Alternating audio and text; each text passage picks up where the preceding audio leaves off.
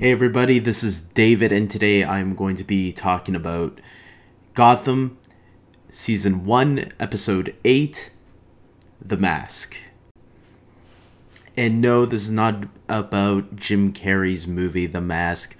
This is about some weirdo who wears a mask, who makes his employees that, apply to his company fight each other to the death, gladiator style. And he even captures Gordon at one point and makes Gordon fight these guys for a little bit, including himself.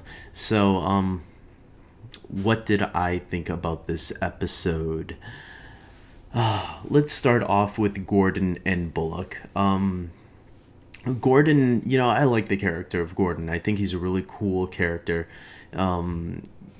Gordon, has always been a huge part of the mythos of Batman, and I really like the way Ben McKenzie has been playing this character, and he's just a badass character, and I think this episode really solidified how badass of a character Gordon can be. And last week I kind of felt bad for him that all those cops, when Zsasz came into the room and he told all the cops to leave. You see how corrupted all the cops in Gotham were, that they all left the room out of some random guy's, command. And I like in this episode, Harvey Bullock starts standing up for Gordon. And it was really cool. It was really nice seeing that, because at the beginning of this series, Bullock has been kind of an asshole in the beginning, and you've seen him slowly developing into a more softer character, which is what he's Gordon's right-hand man, and I think it's awesome that Bullock has been sticking up for him in these past couple of episodes, especially this one. It was really nice seeing Bullock stand up for Gordon, looking for answers, and getting the police in the station to help to find Gordon and help him despite what's been going on. And Sarah Essen, I didn't know what to think of her in the beginning, but this episode and the last episode really helped solidify her for me as a great character. I really like that character, and I hope to see more of her growing, to see where she can go as a character, because I think there's a lot of potential for her there. The Penguin is a man. Anybody that can take a stab to the hand and be like, no, it's okay, I'm holding it, I'm good. I thought that was really cool. I like the Penguin, again, is one of my favorite characters in this show. That's a lot coming from someone who never cared much for the character Penguin as a whole. In any incarnation of the character, even the Danny DeVito version, I have never cared for the Penguin. This is the first interpretation of the character that I'm really enjoying a lot. So it's really big for me to say something like this about this character, that they are doing something that I'm really enjoying what they're doing with him.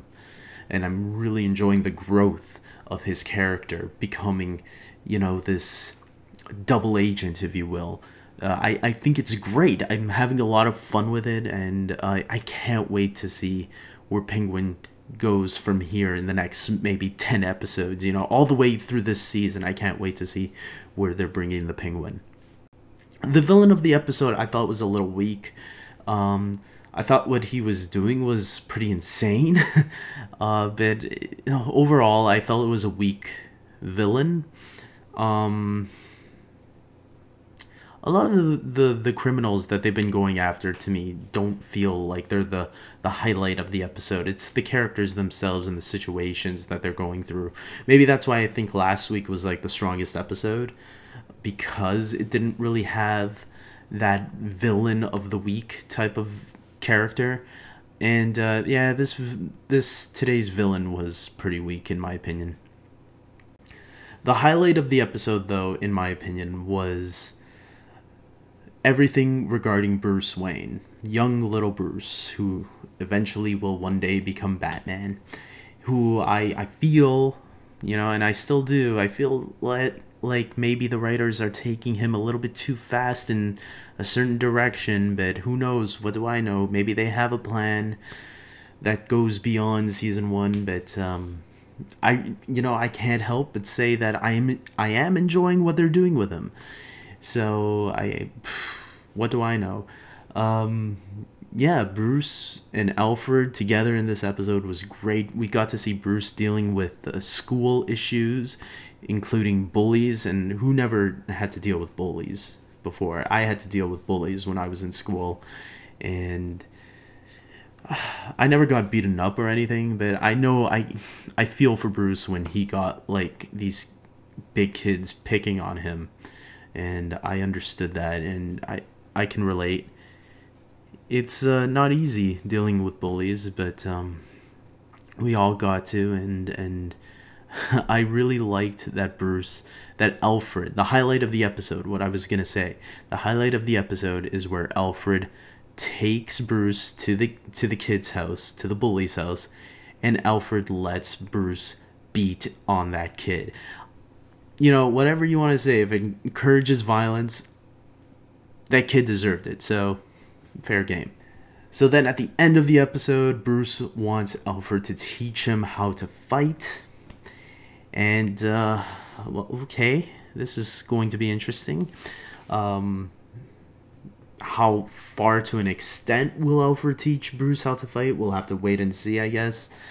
I'm sure Alfred can't teach him that much, but, we saw them sword fighting earlier in the series. I think on episode 2 or 3, we saw them having a little sword fight training there. So maybe it will go beyond that. Who knows? I'm curious to where that might lead. And then at the end, we have Barbara leaving for some reason. Who knows why? I don't know. I feel like that's the drama that they need in the show, the romantic drama. I could live without that personally, because I've seen what it does to other shows that have romantic drama. Like, come on, guys, we don't need that. But whatever. I guess they don't know what else to do with Barbara. Overall, I think this was a solid episode. I gave it an 8 out of 10. There were a lot of things I really liked about it, but I feel that the villain aspect, the villain of the week aspect this week was a little weak. But everything else was solid. I really enjoyed it. Thought it was awesome. Again, the Alfred and Bruce moments were the highlight, especially when Alfred let Bruce beat on that kid. That was funny. Yeah, I can't wait for next week. So until next time, later.